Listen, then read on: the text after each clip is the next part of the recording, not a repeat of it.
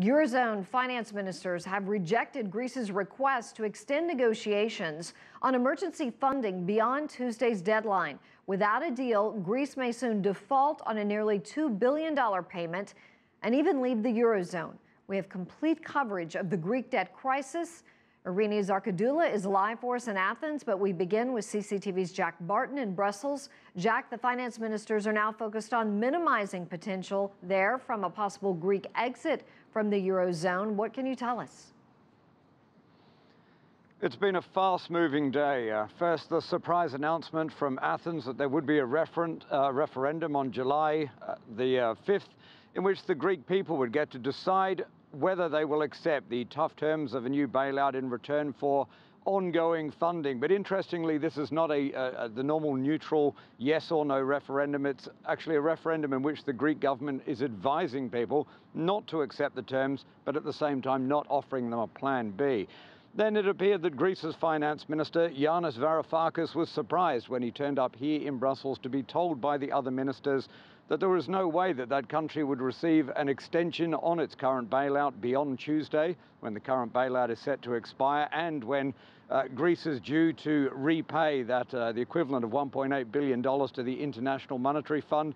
They said that wasn't going to happen, and then depending on who is telling the story, the Greek finance minister was either forced out of the room or he left voluntarily, and the rest of the ministers there then discussed what to do, how to ring-fence Greece, how to prevent contagion to other countries in the Eurozone in the event of a worst-case scenario. There was exasperation in Greece at the news a referendum would be held on any deal that could save the country from default but require deeper austerity. I would prefer if we left the European Union, the IMF, everything honestly, because I'm sick and tired of hearing for so many years, we don't have, for us to leave or not to leave. Let them take us out once and for all. And there was exasperation in Brussels as Eurozone finance ministers met for their 5th emergency meeting on Greece in 10 days.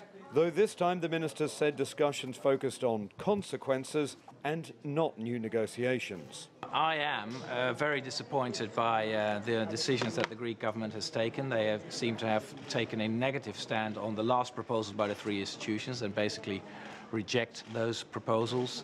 That is a very sad decision, I think, because the door in our mind was still open. And finally, there was frustration from the Greek government that the other 18 Eurozone countries unilaterally decided on Saturday to break off all negotiations. Mr. Dijsselbloem would be happy with us implementing a proposal that we do not believe in if we don't have the verdict of the Greek people. But if we do have the verdict of the Greek people, there would be a problem.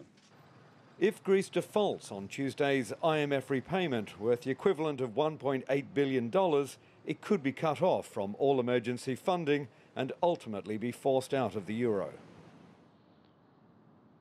Well, the president of the Euro group of finance ministers, Jeroen Dijsselbloem, sounded a little bit more positive at the end of the evening, saying that the door would be left open for talks. Germany's finance minister also saying it's not impossible that a deal could still be done, but he said he personally thought it was unlikely, and that was the opinion of other finance ministers who he had spoken to. So now it moves forward till Tuesday. That's the next big day when that repayment is due, and we're going to find out if Greece becomes the first country, the first developed economy ever to ever default on the International Monetary Fund. Susan.